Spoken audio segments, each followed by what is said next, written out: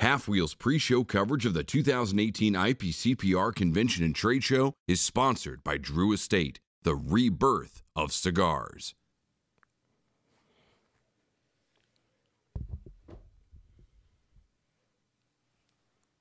Probably want to switch over.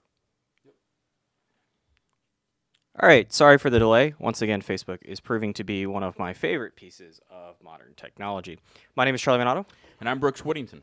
And we are once again live here from the Half Wheel offices outside of Dallas, Texas. This is our third of our five-part planned pre-show video coverage, not pre-video, but pre-show video coverage of the 2018 IPCPR Convention and Trade Show, which is the cigar industry's most important trade show, probably the most important 3 or 4 days of the cigar industry's overall year.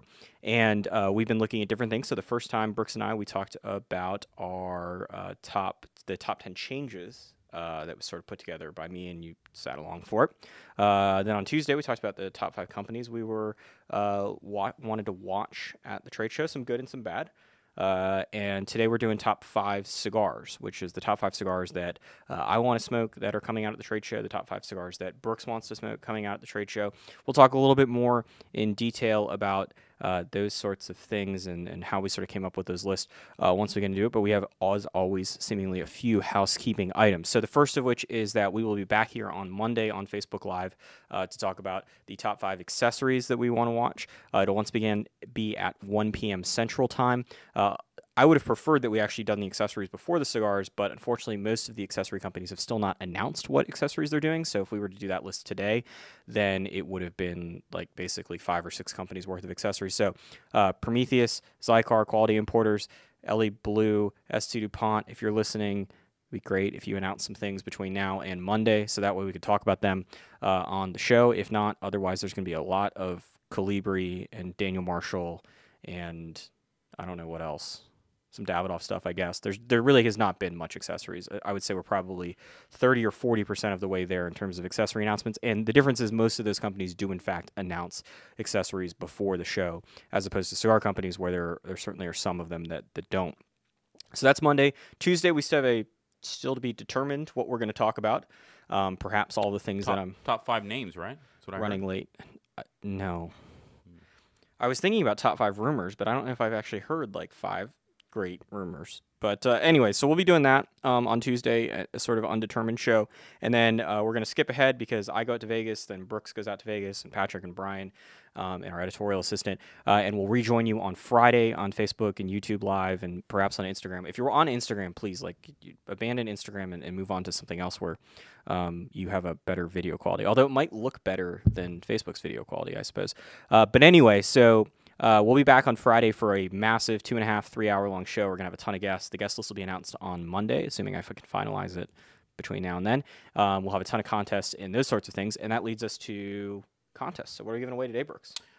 Same thing we give away every day, it seems. An unknown prize. An unknown product that you won't see for quite a while. Drew Estate actually produces, as part of their Subculture Studio, produces original art based around their brands, and they've done this every year for many years. I would say probably at least 5. And one of them, of course, is the branded and painted skateboard here. They've done hats and hard hats and sneakers and chevettas, things of that nature. Presumably they'll be doing something like that again. We don't really know what it's going to be, but if whatever it is they produce, you will be getting one of them if you win the contest. We will be announcing. Okay, all right. You will be leave a comment on the Facebook page, and we wrote down a number before this started, and whatever commenter, that's not comment but commenter, number is you, and you win, then you will get a note on the Facebook page, and you will give us your information, and they will send that stuff out as soon as it's available, probably in August. Yes. I think that's all right. So, in that's addition, good. I'm glad it's all right. So in addition to that, Drew Estate's also running another prize. They are our pre-show sponsor, in case you didn't hear Patrick at the beginning, or if you've not heard him since, or haven't been to the website and seen all the Drew Estate ads. So they are the pre-show coverage sponsor. We obviously thank them for doing that, so that way we can spend all this money on cables that we keep breaking for Facebook Live broadcasts. But they're also running their own contest. If you go to drewestate.com/IPCPR, they've got a gigantic prize pack. I'm sure they're going to give away multiple of them. Drew Estate's likes to give away stuff. And so don't forget to check that out. You can win both of the contests. If you do, then lucky you. Yeah, I think that does the contest portion. So Brooks, do you want to talk about our beer for today? Yeah, so we're going to drink something. We had a sour yesterday, and today we are going to drink a stout. Imperial Barrel Aged Stout. This is a Bottle Logic. Keep going. Sorry. Bottle Logic Ground State 2018 Imperial Breakfast Stout. Yeah, all right. I was in Anaheim just last month, actually, and was able to pick up a few of these. And very, very good. Brewed with coffee and vanilla and cocoa nibs and various other things. Very good. Yeah. So I thought we'd try something different instead of a sour, which It's interesting. It says drink fresh, which I prefer. Well, it's pretty fresh. Yeah, but it's on the bottle. Obviously, stouts, particularly large or big ABV stouts, and this is 12.89% ABV, so a little bit more than Bud Light. Normally, big stouts, the general consensus is age well. Well, you can cellar them, as it says. Oh, so the drink fresh is I've screwed this up. So there's the option of cellar and save or drink fresh. Sure. I think the general consensus is about 10% ABV if you can age things. Stouts, especially barrel-aged stouts. Although there are always exceptions to the rule. Yeah, no, I screwed that up. So I don't know if you could see that on there, but there's two options. There's drink fresh and cellar and save, and there's like two little bubbles, and one of them is checked and the other one's not, and that would be the cellar and save one, which is somewhat confusing. Yeah, I had them aged as well, and although the blends, I guess you would call it, it's not really a blend, but the ingredients have changed every year for this specific release, Ground State. It's aged very well. I actually quite enjoyed it both ways. So, yeah, no, and it's interesting. They're very detailed about where things come from. So they've got Vermont maple syrup as opposed to Canadian maple syrup. They've got Guatemala Antigua coffee beans, which does that mean they came from both countries? Because those aren't the same place, unless there is an Antigua in Guatemala. But I think that they're probably referring to two different places. I am not a coffee geek. And roasted Fortuna cacao nibs, and then some things that say it tastes like layered pancakes. So we'll see if it tastes like layered pancakes. Bruce is going to pour that for us, and we're going to get going. So if you want to enter the contest, you can leave a comment. We've asked a question, so that's what's the number one cigar you are looking forward to at the 2018 IPCPR Convention and Trade Show, and we are curious to hear the results. Maybe next year we'll get like little like prizes to give away. We can have like the manufacturers vote on it. We can steal some of Cigar Journal's thunder. I don't know what those prizes would look like. As if we ever could. Yeah. Well, we wouldn't have the big award show, but we could like create like little tiny participation trophies for the people that win the Commoner's Choice. Sure. I'll see why not. All right. Are we gonna let this warm up, or are we gonna just go ahead and drink up, buddy? Cheers. Salute. Good. All right, so I'm going to move that. Coffee, vanilla. There's cameras everywhere. All right, so Brooks and I put together a top 5 list. I have not seen Brooks's list. Brooks did pick mine up off the printer, so he may have cheated. But this also may be closed my eyes, so I didn't see anything. Reading comprehension's not big here at Halfwheel. We came up with these lists, and they are the top 5 cigars that Brooks and I individually are looking forward to smoking at the trade show. In order to make the list, there are some qualifications because it's Halfwheel and we have rules for everything. So one of those has to be that we have not smoked the cigar. And for me, and I think for you to some extent, that's going to eliminate some cigars. So I've smoked the Davidoff DNM's 50th, which is debuting at the trade show. I've actually reviewed it. It got 91 points. It's a very good cigar. Have you smoked that yet? I have not. No, I'm still working on my reviews. Yeah, and so Liga Privada number 9 Corona Viva, which had a soft launch in May at the Cigar Fest at Cigars International, is getting a full release at the trade show. I've smoked that, and I believe you have as well. I have indeed. Very good. So that's another cigar that can't make the list because we've already smoked it. and it's a top 25 candidate for us, so another very good cigar. I've also smoked the Cas Fernandez Aniversario Perfecto. I didn't know it at the time, but I happened to be in Miami, and I may have found a way to procure some unbanded Perfectos and smoked them while out with some friends of mine. And I also can't have that on my list, although it could be on your list. Yes, if I was cool enough to get one, which I wasn't. Well, you weren't in Miami because you didn't get invited to that bachelor party for my college roommate. It's unfortunate. It's funny how that works. So those cigars and cigars like that can't make the list. In addition, on Tuesday's broadcast, I mentioned that there was likely a Liga Privada, a new Liga Privada line. They have not confirmed that. Drew Estate has not given us any details about that. And so anything where it's not like written down in stone, hasn't been publicly announced, also can't make the list. So that would preclude the aforementioned Liga Privada. There's a project that Taiwahe has sort of teased but has not confirmed is going to be at the trade show that was also mentioned on Tuesday. I'm sure there's going to be some sort of Macanudo 50. That would also be excluded because General Cigar Company has not announced that. Hoya de Nicaragua is also celebrating their 50th anniversary. They also happen to have a press release scheduled to go out tomorrow for something. Would not surprise me if that's what that is. That would not make the list. There's other companies, because every single company in the cigar industry apparently is celebrating some sort of anniversary this year. So I'm sure there's other things on the list that also aren't like real projects. I'm certainly looking forward to smoking the new Liga Privada, whatever it might be, because we haven't had a Liga Privada in so many years. But those aren't going to be on our list. They're going to have to be things that have been publicly announced and that we have not smoked and that are actually debuting at the trade show. So that eliminates a couple things like Davidoff Chef's Edition, which has been announced, hasn't really been announced as a trade show release, is coming later on in the year. I would say there's a very good chance that it's at the trade show on display. I don't know if they're going to take orders for it, but that's not really a trade show release, and as such, hopefully is not on either one of our list. Is it? Can I redo my list? I don't know. Are you going to get back in frame? No. There we go. All right. So, Brooks, why don't you start us off with your number 5? All right. So, number 5 is the My Father La Gran Oferta, which I hope I said correctly. Look, anytime My Father releases a new cigar is something that I'm interested in.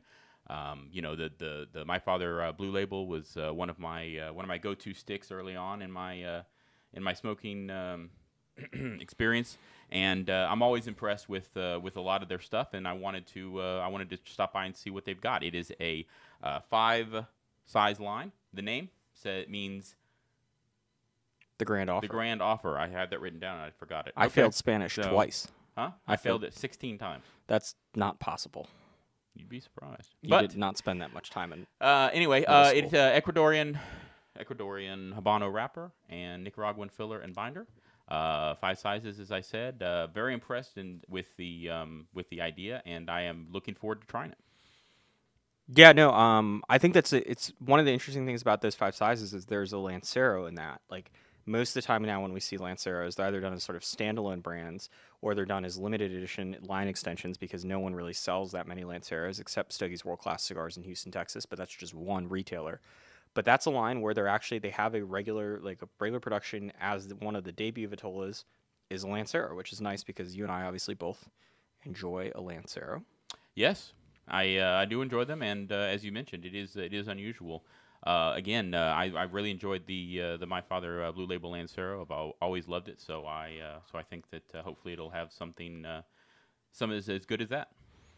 Yeah, Blue Label was okay. I think it may be my least favorite My Father Lancero, though. And that doesn't surprise me. That's not to say that, yeah, that's not to say that it's bad, but like the other My Father Lanceros, particularly the ones in that collection, the sampler back in the day, the JJ Maduro, the original El Centurion, Cuban Classic, which the Cuban Classic was released otherwise. But those two JJs, the JJ and the JJ Maduro, were fantastic cigars. And in one of these coolers down here, there happens to be a few more of those samplers lying around. That's awesome. Yep. Okay. My number 5 is Sin Compromiso. So this is a cigar from Dunbarton Tobacco and Trust, Steve Saka's company. It's a cigar that has been known about for many years now. It was one of the original trademarks, actually, of his company. And so he's tweeted about it before, probably due to some FDA stuff. Do we have a visitor coming? I don't think so. I don't think the door opened. Sorry. So Sin Compromiso, cigar that Steve Saka announced many years ago, cigar that he's been working on. We've always sort of heard, yeah, I'm still working on it. Tobacco's not ready, whatever. The sort of normal things. But the only difference being that Steve's been, I mean, the project hasn't been hidden. And so we've known about it, and this is finally the time. It is a cigar. The name means without compromise. And so the idea here is like what were to happen if I were to make a cigar and not have anything holding me back in terms of price or production numbers or those sorts of things. Very curious to see it. Very curious to see what it tastes like. I've say that all of the Dunbarton Tobacco and Trust cigars that I've smoked have all been some variants of good. There's been a decent range of between, this is good to this is very good, and I'm fascinated to see what that's like. I will say there's an honorable mention. There is a Lancero for the Modesto de Saka line, whose hashtag I can't remember, but it's something to do with I don't want to make Lanceros, because Steve Saka hates Lanceros, allegedly, although he says that he hates things, and I think it's just a marketing ploy. But he allegedly hates Lanceros, and so said he was never going to make one. He actually told Jorge from Steggy's World Class Cigar he was never going to make the damn Lancero. And that's where the name comes from. That cigar is allegedly going to be at the trade show, but wouldn't qualify because it hasn't been formally announced. So, but a special shout out to that one. That may or may not be there. Well, no, I think it will be there. He just has not. He's just not going to announce details ahead of time, so it technically wouldn't make it for our list. But I think it's safe to say that you and I are probably both very interested to see what the Lancero looks like, and that will also be a very weird or very rare case of a Lancero coming in a coffin. Indeed, not many of those. And I would give you my comments, but I would say that I'm very interested in trying that. Well, you haven't smoked this cigar, so you don't know. I have not. Neither have I. Okay, so going on to number 4. My number 4, which you may have already seen, is the Crowned Heads Court Reserve 18, or XVY. We're not going to. But, Brooks, you are so happy about this because you, as someone that likes to put company names before every single line, finally now can put Crowned Heads in the title of a review. Indeed, yes. There are many things that I that I tend to do. Just need Drew Estate to do it next. If only. Well, they have the factory bundles, I guess. Well, yeah. But that's not Drew Estate factory bundles. It's factory bundles by Drew Estate. Oh, so confusing. Yeah. The Crowned Heads, yes, looking forward to it for sure. It is an upcoming release that it will, interestingly enough, it actually is the first cigar that has Crowned Heads, the company, in the name, as Charlie alluded to. I'm looking over. No, I Mexican think San Andreas wrapper, Ecuadorian binder, and filler from Nicaragua. Now, interestingly enough, each one of these sizes has been blended specifically for that size. I don't know if that's interesting. As someone that wrote those words from the announcement that we got, that happens more so than I think that it may happen more so than we think, but it certainly is interesting to me that if that's the case, that I feel like that it may not happen as much as. No, I mean I think it happens. I think it happens a lot. That doesn't make any sense. Yeah, no, I think it. Look, there are very few companies that'll say all right, we're going to put 25% of tobacco A, 25% of tobacco B, and 50% of tobacco C in every single one of these sizes, and we're going to blend the 6x60 to be the same way as the Corona Gorda. Because the problem is that, as you very well know, some of those cigars aren't going to burn. Some of them are going to explode. Indeed. And you're just not going to be making a very pleasurable. One size is going to be great, and then maybe the Robusto and the Toro, because they're both roughly the same ring gauge, are fine. But anything -6 or +6 is going to be not great. And yet we don't know. I mean, at least not unless we ask people specifically, and I certainly have not. Yeah, I mean, I haven't polled the amount of companies to figure out when you're blending, but I mean, every single time that I'm in conversations with people about how they blend cigars, it very much seems the case that people are making adjustments. You just can't. You can't have a Lancero have the same type of filler makeup as a 6x60 without one of those two cigars or both of them being extremely boring and one of them, or if not both of them, having a lot of construction issues. That being said, we don't see a lot of companies say they specifically blend the sizes to be different. I think Crowned Heads didn't really take a stance on it in the little note card that I was sent. The most notable example, at least to me, of a line being blended to be different was Davidoff's Puro de Oro, where they would go around the country and be like, look, the Robusto tastes completely different than the rest of the line because every size, they might use roughly the same types of tobacco, but we've made them, one's going to be stronger, one's going to be fruitier, one's going to be creamier. None of them are going to sell as well. But I don't think consumers really ever caught on. I talk to people that smoke Puro de Oro all the time, There's like 8 of them, I guess, at this point because they've discontinued the line. But I would talk to those people and I'd ask them, I'd be like, oh, what's your favorite Pure Oro size? And they always be like, oh, I really like the Robusto and the Toro and whatever. And it was always interesting to me because the cigars were very different, and they at least told people that they were very different. And I would have thought if you were truly a big Pure Oro smoker, you probably were only smoking 1 or 2 specific sizes because it wasn't like a normal line where the Robusto and the Toro, oftentimes taste quite similar. Yeah. Interesting stuff. So, that line also has the best hats, I'm sure, on any of the lists that we've got so far. I liked it. It's over there. Mm-hmm. All right. Number 4, on a blending note. On a blending note. Weaselitos. Actually, That was very confusing. All right. Yes. So, number 4 is Weaselitos. These are from Rimmercraft Tobacco. I don't know if they're selling these, which may or may not have been a good reason to exclude them from our list. But what they are is basically smaller Lancero versions. So Skip Martin has basically said what they do is they take one of their other lines in a Lancero and they just cut it in half. And so they're 3.5 by 38s, I believe, because their Lanceros are 7 by 38. And they're just tiny little versions. They're short cigars. They're actually made for Esteban Disla, who is the blender and sort of the factory manager. I don't know what his exact title is, and one of the partners in the Nica Sueño factory in Esteli. He'd had some surgery and could not smoke very thick cigars, so they made him these short, little, thin cigars to smoke from time to time. And then, as with everything that Skip Martin posts on his Instagram, the Rimmercraft Tobacco fans wanted to have them. So Skip is saying that they are going to be brought to the trade show. They're going to be on display at the trade show. There are 50-count bundles, but they're not going to be sold, is what we were told. Yes, and they're in boxes of 100 with 50-count bundle, 2 50-count bundles. Yes, you're correct about that. But I got the 50-count bundles. They got half wheels, 2 half wheels. 2 half wheels. They're doing full wheel. So anyway, those cigars are going to be at the trade show. I'm curious to see them. I've smoked the Lanceros, but as I think you can attest to as well, one of the interesting things that happens is when you take a cigar, if you take an inch off or 2 inches off, they oftentimes don't taste the same as the big one. And so I think that's probably going to be the case. The combustion is going to be different because you're dealing with 3.5 inches versus 7 inches. And I'm always in for short, quick cigars, particularly some of these Rimmercraft blends where we're going to have some short, quick cigars with some punch. Yeah, I'm a big fan of Rimmercraft, and I think that it's an interesting thing that they're doing, especially for the price point. $2.75, $3, and $3.25, I believe, are the prices. But not for sale. Well, when they go on sale.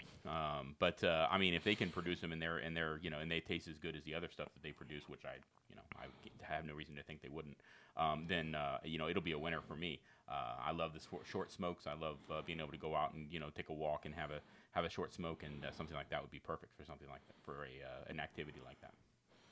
All right. So my number 3. Let me pull it out. Is the Joya de Nicaragua Joya Silver. Now, we just put this up on the site this morning. It is a brand new release from Joya de Nicaragua. It is the follow-up to the Joya Red and the Joya Black.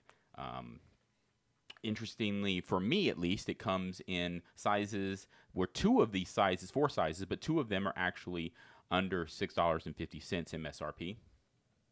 And something that I really appreciate in terms of getting a good quality cigar for less money, basically. But I've loved the Joya Black and I've loved the Joya Red, and there is no reason to think that the Joya Silver will not be as good or better than those. They produce good stuff, and I've always been a fan of the company, and I've always loved pretty much everything they put out, except for the Antonio, which I find to be way too strong. Antonio, which I find to be way too strong. But other than that, love it, and it's definitely one I'm looking forward to. Charlie? I don't have a ton to add. I'm looking forward to it. It's sort of one of those things of like, I don't want to take away from the Joya Silver release, but if I was a betting man, I would suggest that they're going to announce sort of a more flagship release tomorrow.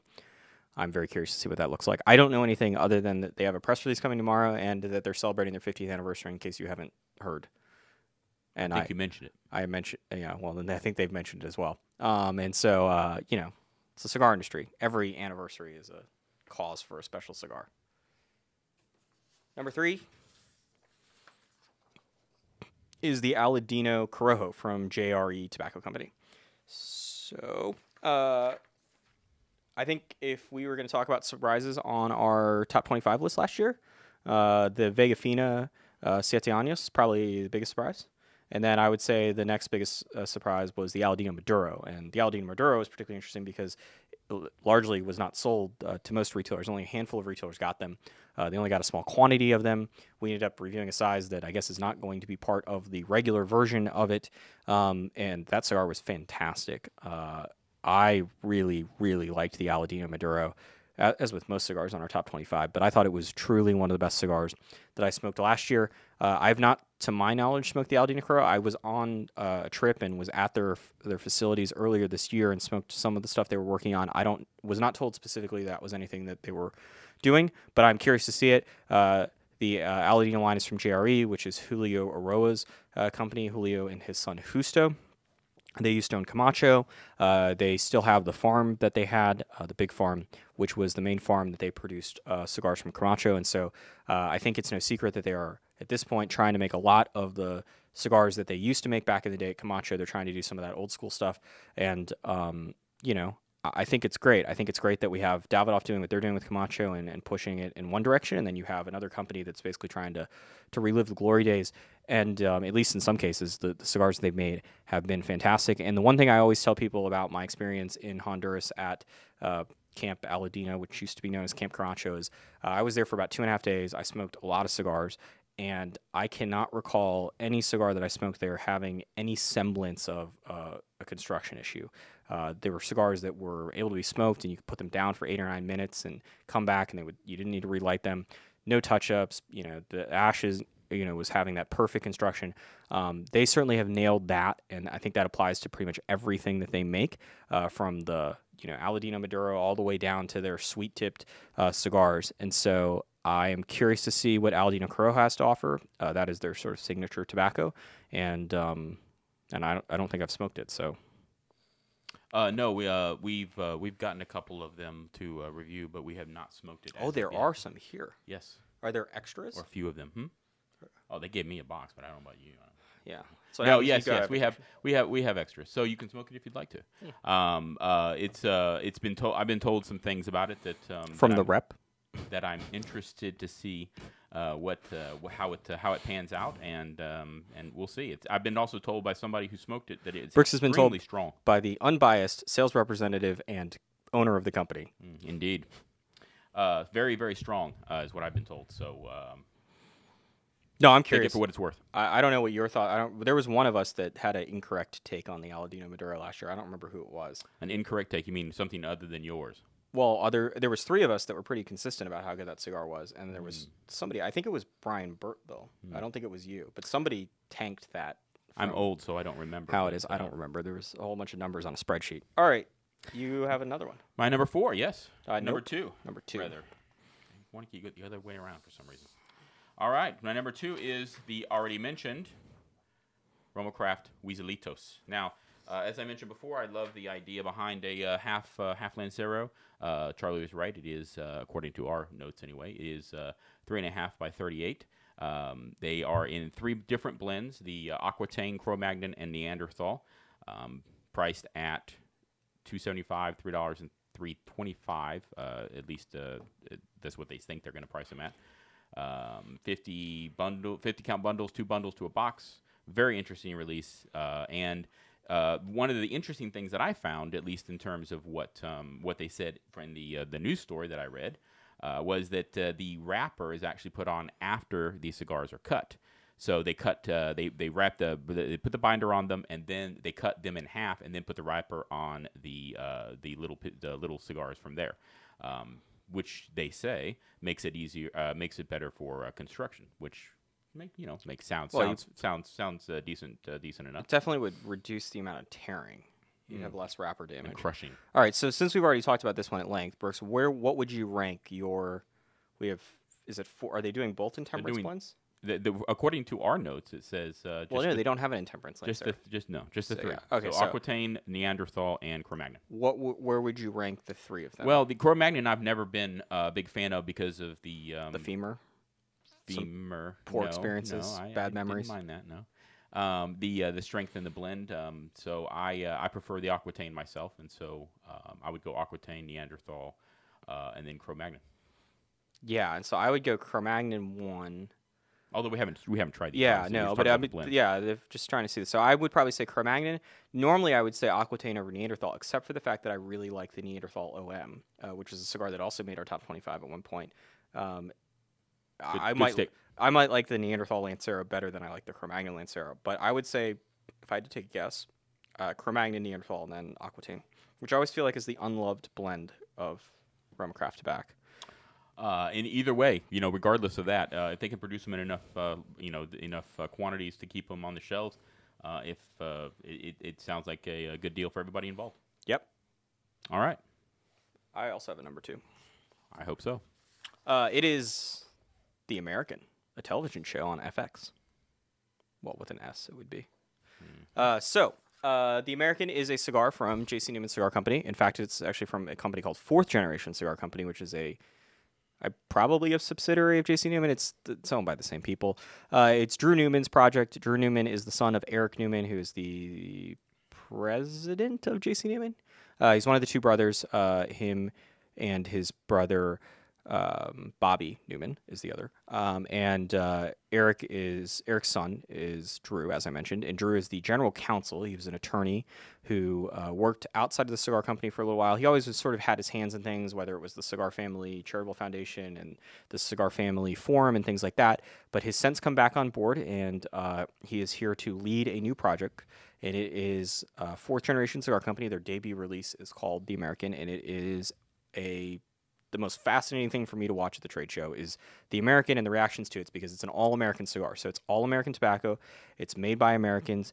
Boxes are made in America. Bands are printed in America. Everything put together in America. The cellophane comes from somewhere in America, which isn't that odd, particularly because it's made at J.C. Newman's factory and they have a cellophane machine there. But like the hardware, the little clasp that you see on boxes, those are all from America. And the fascinating part is not necessarily how the cigar is going to taste, because I think all of the tobacco used, or at least most of it, is all tobacco that you can find in other cigars, whether it's Drew Estate's FSG or, it's a Connecticut broadleaf, or, those sorts of things. None of that's particularly unique. There might be one tobacco in it that actually I think might be somewhat unique. But the real interesting part is that the cigar is going to be super expensive. Now, Drew Newman has not told me how much it's going to be, but because they're apparently still trying to figure out pricing. But I was told that it was going to be, well over $20 a cigar. And that was because, you're paying for American labor. And I think that it's not so much about the cigar or what the cigar tastes like that's going to be interesting. It's going to be how retailers react, how consumers react, and how it's explained to both the retailers and the consumers about what makes this cigar different, because you are paying not for like it to be anything special as far as the ingredients or the packaging or anything like that. You're all paying for added labor and the added cost of doing business in America. And so I'm curious to see how consumers react and what they say, because I think one thing that you and I can both attest to after visiting dozens and dozens of factories each is that the cost of a cigar, whether it's a $2 bundle cigar or whether it's a $500 Davidoff Oro Blanco, it always sort of seems like a really good value when you're sitting in a cigar factory and watching just all of the processes that take place to get there. Because it is truly insane about all of the things that have to go right for a cigar to be made, and then the fact that you can walk into a store and buy an Opus X for $12. Well, maybe not an Opus X, but if you bought it at MSRP, you could buy it for $12. It's a pretty astounding fact when you consider all of the process that goes on, and that's not even factoring in all the packaging.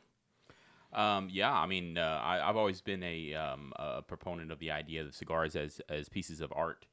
Each one of them is a piece of art, and it definitely, if you visit these factories, if you see what they're doing and how all of them are put together day after day, then you'd feel exactly the same way. Sure. Yeah, so I'm fascinated to see that. I'm curious to hear the conversations that take place. I think it's. I'm certainly curious to smoke the cigar and to see kind of how that. We saw them making it. They oddly did not give us one when we were down there in Tampa earlier. But well, we spent the whole day at the factory. Not the whole day. We spent the whole morning at the factory shooting it. And we got to see a whole bunch of them being rolled, and we're never offered one. We're never offered any of the machine-made stuff either, the antique machine-made stuff. But anyway, it's a good thing, I guess, because had they given us one, then we wouldn't be able to mention it. It's true. Or Yeah. you wouldn't be able to. Well, not you either. I wonder if the band glue was made in America. From everything I've been told, everything's from America, and so maybe not the UPS boxes that they're shipped in. Those might come from Canada. But anyway, that'll be a fascinating project for me to see. Drew, if you're watching, whenever you finish pricing, that would be great. And Drew Newman will actually be on one of our shows. He is the guest for Sunday, which is July 15th. So we have him on for about 20-25 minutes to talk before day 2 of the trade show. And we'll talk about the American, and we'll talk about how day 1 of selling the cigars have gone, and all sorts of other things with Drew. Yeah, great guy, great company, and just so much history in America, so much American history with that company that I think a lot of people probably don't realize just exactly how much history there is beyond that company. So, my number 1. Let's get to it. Can I take a guess? I think you've seen it. No, I haven't seen it. Okay, go ahead. Tatuaje? My guess initially was that it was going to be Jabaro. Yeah, but I already mentioned Jabaro, so I figured we'd stay away from that. Didn't have to. Where would Jabaro have ranked had you decided you were not in the top 5, I'd say, yeah. Great. I like Jabaro, but I wanted to mention something else, and this is the Sin Compromiso, which is, of course, what he mentioned as well. Friend of my number 5. Yes. So now we're going to talk about Sin Compromiso some more because we shouldn't talk about Jabaro. Just a little bit, though. The interesting thing for me about Sin Compromiso was exactly what Charlie mentioned, which was this is supposed to be his no-compromise cigar, which I thought he'd already produced with the Unicorn. Yes, this is the 3rd cigar that it's seemingly from Steve Sacco where the story has been sort of like, I'm going to make a cigar with no constraints. Correct. Hopefully this costs less than the Unicorn. But the interesting thing for me is exactly that, the idea that he started this blend, he says, 2015, when around the time that the Dunbarton brand was founded. And he's been working on it ever since. So for me, I'd love to see it. I'd love to try it. I've loved a lot of stuff that Saka has put out, and I think that it's a great story, and it's a great look, and I'm hoping that it's a good cigar. Yeah, I mean we talked about it. Do you want to talk about Jabaro now? Jabaro, yeah, we talked about it yesterday, didn't we? Not yesterday, but on Tuesday Tuesday we did. All right, so we'll talk about my number 1 because that'll satisfy the mandatory discussion of Taiwahe. Taiwahe the Bride. So that is the 2018 Monster Series release. It is the last one. It will not be the last one. I mean, it may be the last full-size new monster, but I have a feeling the monsters are going to come back from the dead. Anyway, as far as the Bride is going, I was actually sort of thinking about my sort of top 5 while I was having this conversation with Pete a couple days ago about getting the details for the Bride and the new story that we posted. And as soon as I saw the text come across that said Elegant Monster, I was like, oh, that's going to be on the list because I felt that was really how the Michael, I don't know if you were in the same place on this, but I thought the Michael was also an example of here's a Monster Series release that was actually not one-dimensional or unbalanced or unhinged isn't the right word, but they always sort of had a bit of roughness to them, which I think somewhat was intentional. Not all of them, I guess, but most of them were not Pete Johnson's best blends. I thought the Michael was one of the best blends of last year for both him and for the cigar industry collectively, and I thought it was because it was a lot more balanced and it was a little bit toned back, and now we're going to get to see a cigar that's being even purposely sold under that moniker of being a slightly toned down monster. It comes in a weird size, sort of like a Churchill Extra type of situation. I'm a big fan of the sort of the longer double Corona Churchill, more classic style sizes, and I'm curious to see what it's like. Pete's got a lot of new cigars coming out. I think everyone's going to be sort of jumping, onto the 15th. That's an American-made cigar at El Rey Los Manos, but this is a cigar that's got a long history of prior releases in the Monster Series to live up to. And I'm also looking forward to it. I always have. I've never felt that the Monster Series has produced the best blends that Pete has ever made by any means. Very good cigars typically, but I think that I prefer some of his other stuff better for the most part, or more for the most part. But I am looking forward to this. I think that the size is definitely odd, and I think that will be the packaging is fantastic.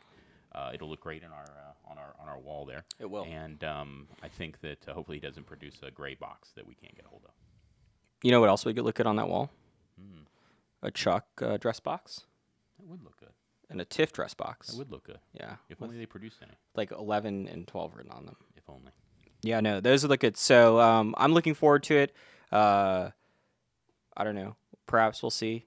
You have a pretty good run of managing to snag Monster Series samples at the trade show. Yeah, well, you started going to his. You started covering the booth, so I wasn't. I just don't take samples anymore, though. It's weird. So You don't take them. You just refuse them. No, I no, don't need that. he Thanks. doesn't.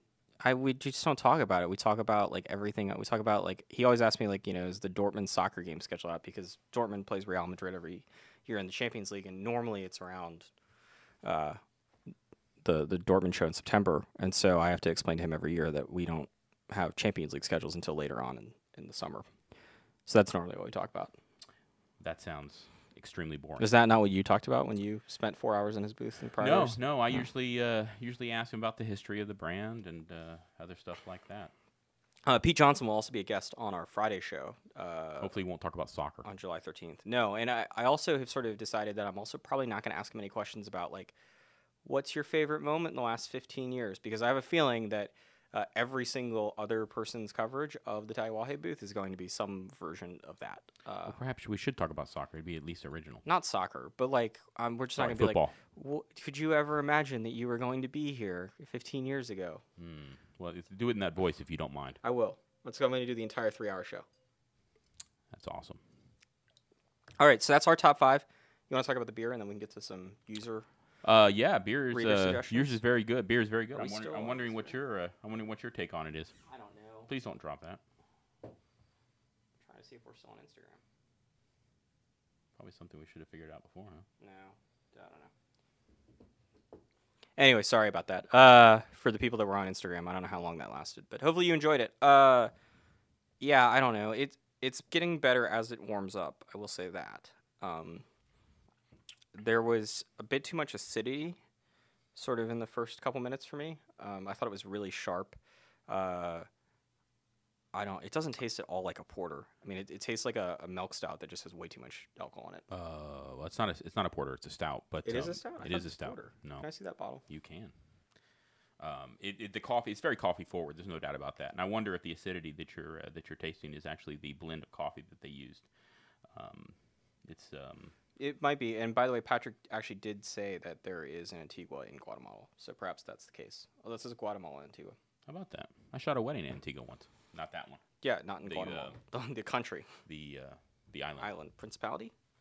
Yes, very hot there. So, it's very good. I enjoy it quite a bit. It is getting better as it warms up, though. You're right. Vanilla comes out quite a bit more.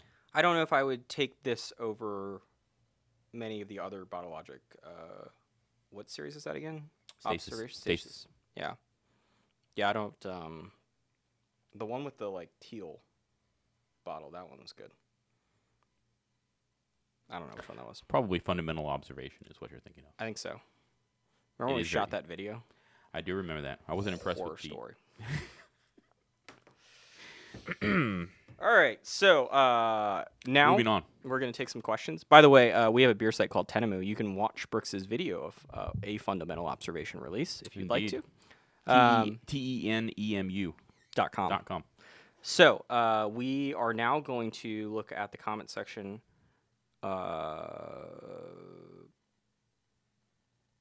Patch. Hopefully there's more.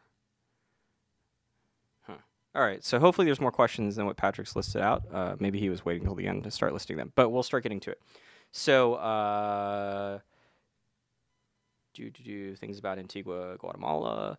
Hey, Charlie, it's Kyle from the Aroa trip. It's probably most excited about the new Librado blends. I agree with you, except we don't know what they are yet, so that's going to be a problem.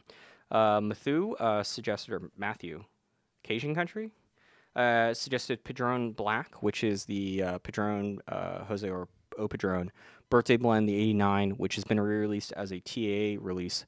I don't know if they've said anything about it being at IPCPR, though. I have not heard anything about that, but I do remember if it's the same blend, it was very, very good. Yeah, that cigar was fantastic. We still have a couple of them left, too. So sorry. The beer's getting to me. But I don't think that they've said anything specifically about Padron Black yet, at least at IPCPR. Justin L. Harris says the Tabernacle Havana Seed CT number 142, which is the new cigar from Nick Melillo. I'm certainly interested to see that cigar. anytime that Nicholas Melillo or Steve Sacco put a cigar out that's got components that somewhat sound like Liga Privada, it's a reason to sit back and smoke it. Especially if they taste like some of the original stuff that they released. We reviewed an original Liga Privada, which did not age very well, but in terms of the blend, it's usually fantastic. Yeah. All right, so David Richard Williams II said D needs to make a beer. I'm not sure that Drew Estate should get in the beer business, but Jonathan does have the liquor business, so you can try out some of the John Drew brand's liquor. Spencer Workman says Steve Sacco's Lancero. That's the cigar that we mentioned.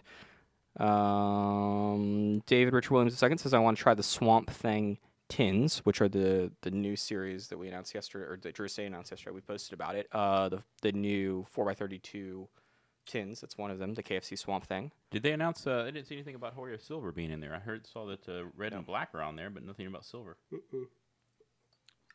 No, nothing about silver. The one that I want to see is I want to see them do Cabinetta in the tin. Get the multicolored wrapper. But no, there's only a couple. There's 3 Hoya lines. I don't know. I'm sure at some point they'll think about adding them. John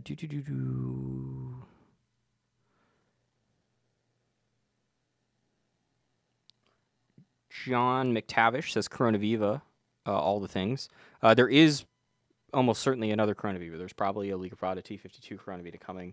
That has been given out at some events by Drew Estate, but they have not sold it, at least formally yet, or announced it formally.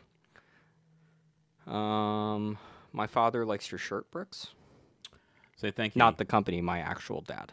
I want to make that very clear. Sometimes can be confusing. Charlie's father is an amazing man who likes good shirts. So he doesn't own any Tommy Bahama shirts. You don't have to own them to love them. John McTavish says Cointreau 50. I don't know what that is. Do you have any? I mean, it's a Hoya Nicaragua thing, I assume. There's Cointreau 5. It's probably what he's thinking of. I don't think there's any new Cointreau 5s coming out. Why would they release something with basically the same name? I don't think they are. I mean, maybe they announced it while we were on the air. David Richard Williams II says, I can't wait till the Isla del Sol come out. There is new Isla del Sols. I don't know if he's referring to the 6x60 or the Maduro. Someone's power went out, but they kept posting on Facebook, so great.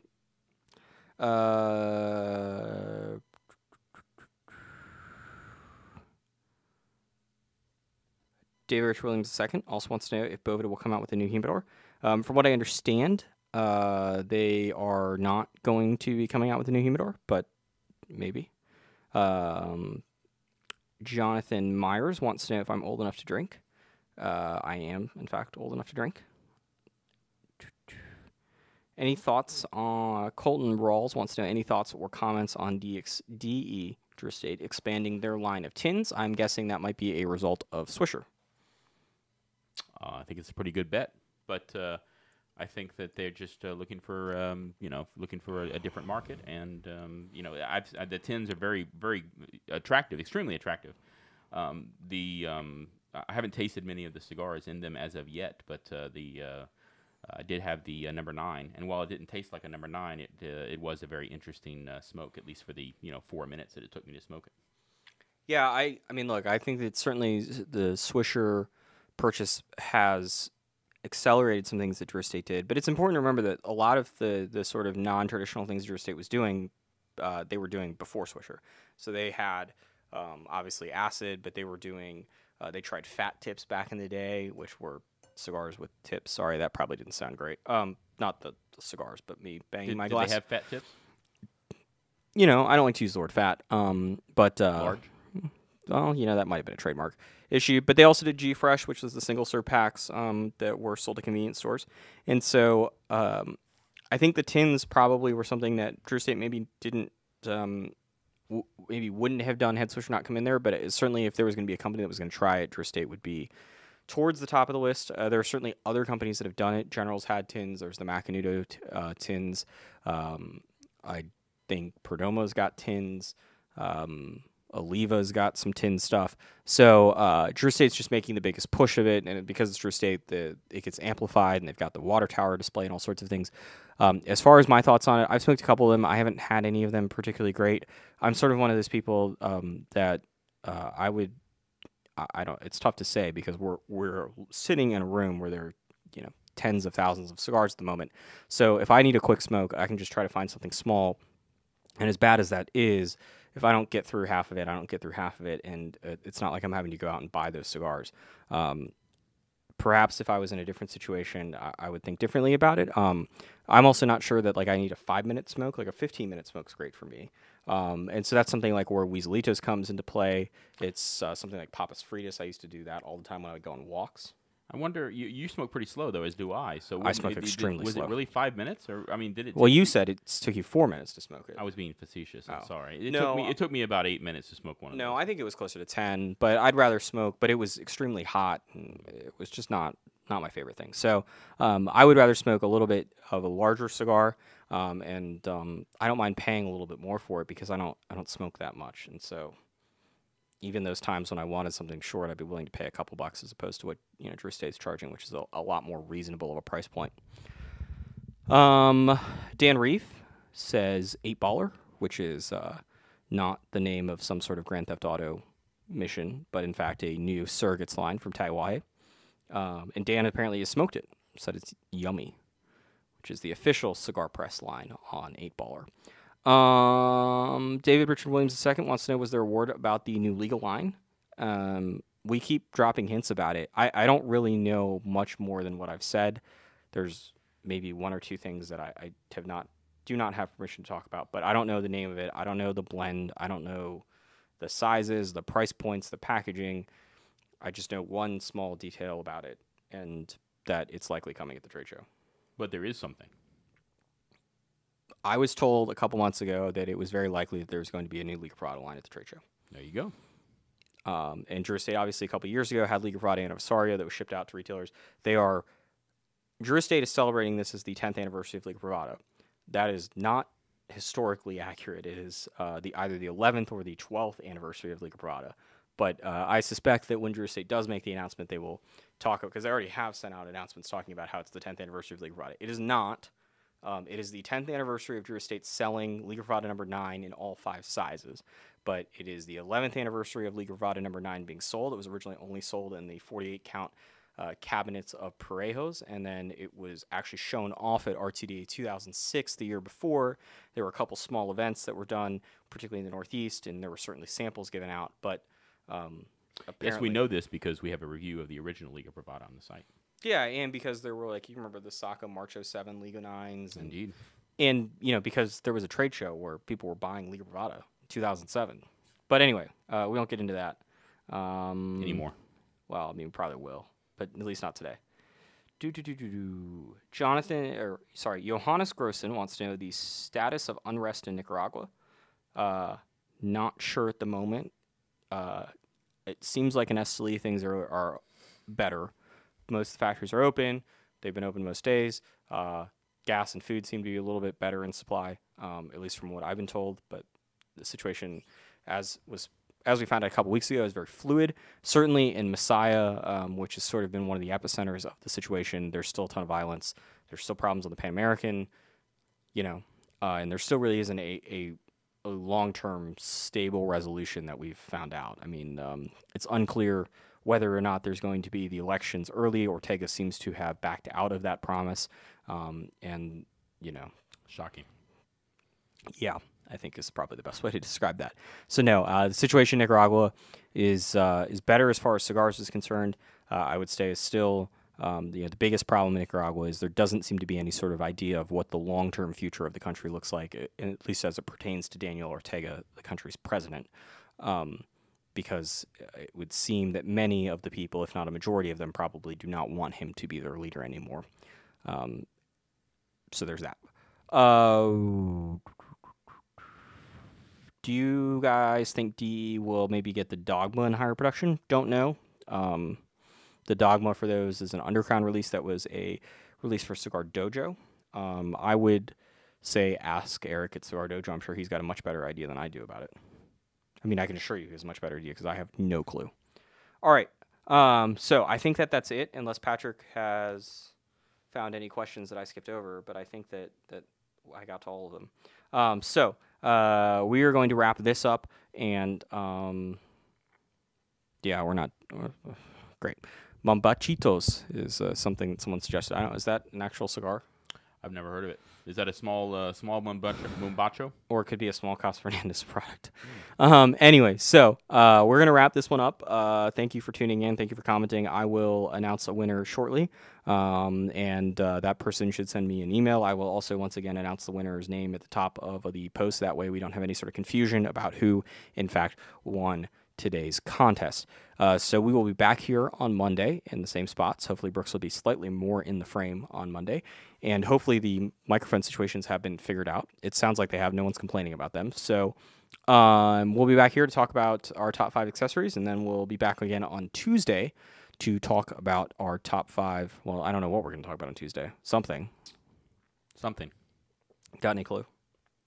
No, I don't. All right. So we're going to try to figure out if you got any suggestions between now and Tuesday. By all means, tell us. Try to figure out what that is. We'd love to hear it. Any idea at this point is a better idea than what Brooks and I have. And yeah, and then all next week we'll be, well, not all next week, but starting on Friday, we'll be broadcasting on a pretty regular basis live from Las Vegas. And that starts once again on Friday, July 13th with the big 2.5 to 3 hour pre-show / how quickly can Charlie lose his voice competition. Anything else to add, Brooks? No. Good job. Thanks. Good job to you too. Your job is not over yet. So thank you for Drew Estate for sponsoring our pre-show coverage of the 2018 IPCPR Convention Trade Show. Thank you for Drew Estate also for letting us or giving us something to give away to one of you. Thank you for tuning in and watching. Thanks to Patrick for manning the behind-the-scenes stuff. And for more information about the 2018 IPCPR Convention and Trade Show, this may surprise you, but you can check out halfwheel.com basically every hour of the day, because that's the sort of time that we're in. It is new products galore for the next week or so.